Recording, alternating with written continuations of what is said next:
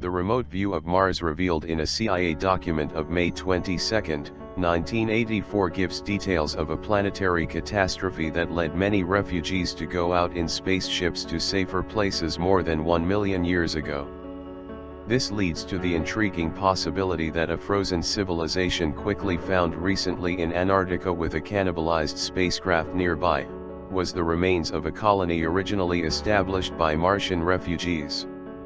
This scenario is consistent with the claims of Secretary of the Secret Space Program, Corey Goode, who says that extraterrestrial refugees have been finding refuge on Earth for at least 500,000 years and that preparations are currently underway to officially reveal the excavations of an Antarctic civilization frozen instantly.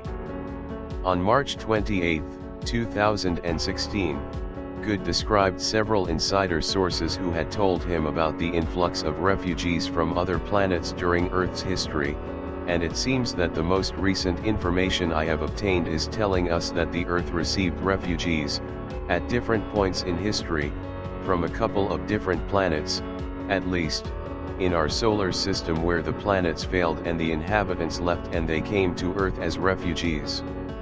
Goode said Mars was one of the planets from which the refugees originated. The Martians were highly technologically advanced with anti-gravity spacecraft. They engaged in an aggressive war that led to the planetary catastrophe and to the refugees who left for Earth. Goode tells what the inhabitants of the inner Earth told him, and the people in the Inner Earth Council stated that the different inhabitants of the planets in our solar system were extremely technologically advanced and extremely aggressive and that they destroyed their civilizations and had to be relocated here as refugees by other ET races that came. According to Goode, Mars in particular was hit by a series of environmental catastrophes that were related to devastating wars with the inhabitants of a nearby super-Earth, around which both Mars and our current moon orbited 500,000 years ago. The super-Earth orbited the Sun in the area of the asteroid belt as it exists today between Mars and Jupiter. Mars at the time had abundant water and the atmosphere rich in oxygen to house a large population on its surface. The existence of abundant water and oxygen on Mars in its distant past has recently been corroborated by scientists. The events that led to the destruction of the super-Earth also destroyed much of the surface population of Mars, and eliminated the bulk of its atmosphere according to that Goode read in smart crystal pills to which he had access during his 20 years of secret space service program. It was postulated that Mars was probably a moon of that super-Earth, and that it was heavily damaged on one side by massive impacts. And that most likely also stripped its main atmosphere at the time, and it never recovered. The force of the destruction of the super-Earth propelled Mars into its current planetary orbit. So, was there a super-Earth that was destroyed in a titanic battle, which resulted in one of its moons being sent to Earth's orbit, and another being sent to its current orbit as the planet Mars? The first major scientist to seriously investigate the possibility of the asteroid belt being the remains of a previous planet is Dr. Thomas Van Flandern, who was the chief astronomer of the United States Naval Observatory. He wrote several scholarly works on what he described as the exploded planet hypothesis, which suggested that the main asteroid belt in our solar system arose from the destruction of a large planet around which Mars once orbited.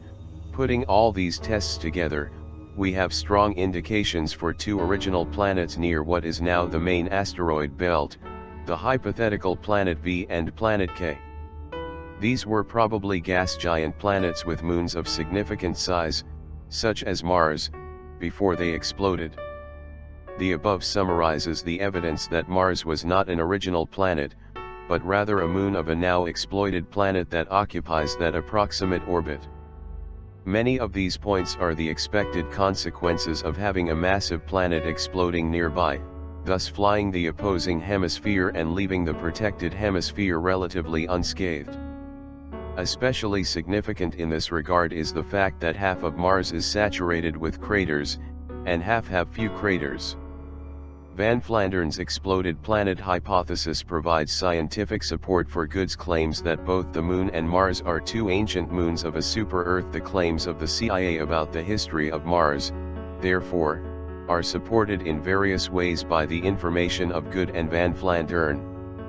The remote seer described a planet with violent storms and volcanic activity that was very green. This certainly sounds like Earth, which at that time was probably the only planet in our solar system that would fit such a description. This leads to the question of whether the escaping Martians established colonies on Earth, at least one of which was in Antarctica.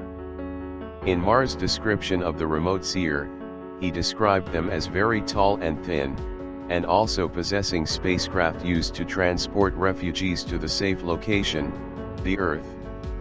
This is consistent with what Good claims to have found when he was taken to Antarctica in early January 2017 to see firsthand what was being dug in secret. In a private conference on January 24, Good confirmed his earlier reports about a pre-Adamite civilization found frozen in Antarctica, which was very tall and thin. He described 3 oval spacecraft 50 kilometers long nearby that appeared to have been cannibalized. Such massive ships would have been the ideal space coffers that carried many thousands of Martians fleeing as described by the remote seer. In previous interviews, Good described being taken into the interior of Antarctica, well below 2 miles of ice, and witnessed that it was volcanically very active, and that abundant thermal energy was available to be used as a source of energy. In the following graphic illustration of what he witnessed in a secret Antarctic base, the steam vents show the intense thermal energy used as an energy source. Good's description of the continuous volcanic activity in Antarctica is supported by abundant scientific evidence. For example, on February 19, an NPR report dealt with NASA scientists conducting experiments around Mount Erebus due to the lava flowing beneath its icy exterior, which they believe is similar to what is likely to be found in the NASA probes on the moons of Jupiter and Saturn. In addition, a second volcano was discovered under half a mile of Antarctic ice that is also still active and can erupt at any time. Good's accounts of what he witnessed in Antarctica during separate visits is consistent with the scenario described by the CIA's remote viewer. The Martians had to flee from their dying world in a spaceship to another planet, the Earth, that was volcanically very active at that time. Apparently, Antarctica, if it was chosen as a safe place for a colony of refugee Martians, was located in a more tropical place that was very green and volcanically active about 1 million years ago.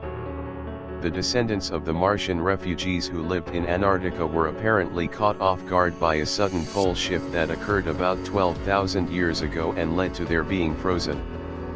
Good has said that important announcements about the discoveries in Antarctica are coming, which are expected to release some, but not all, of the truth about the discovered civilization that was instantly frozen. His claim is supported by internet mining expert Cliff High, whose model of predictive linguistics led him to conclude in January that important announcements about Antarctic discoveries are coming. If the refugee Martians fled to Earth 1 million years ago and settled in Antarctica, the official revelation of these events would revolutionize our understanding of world history. The digital release of declassified CIA documents detailing remote viewing experiments contributes incrementally to the disclosure process. The truth about historical events in Antarctica would help significantly in our global civilization by avoiding a fate similar to what previous civilizations have found on Earth and in other parts of our solar system.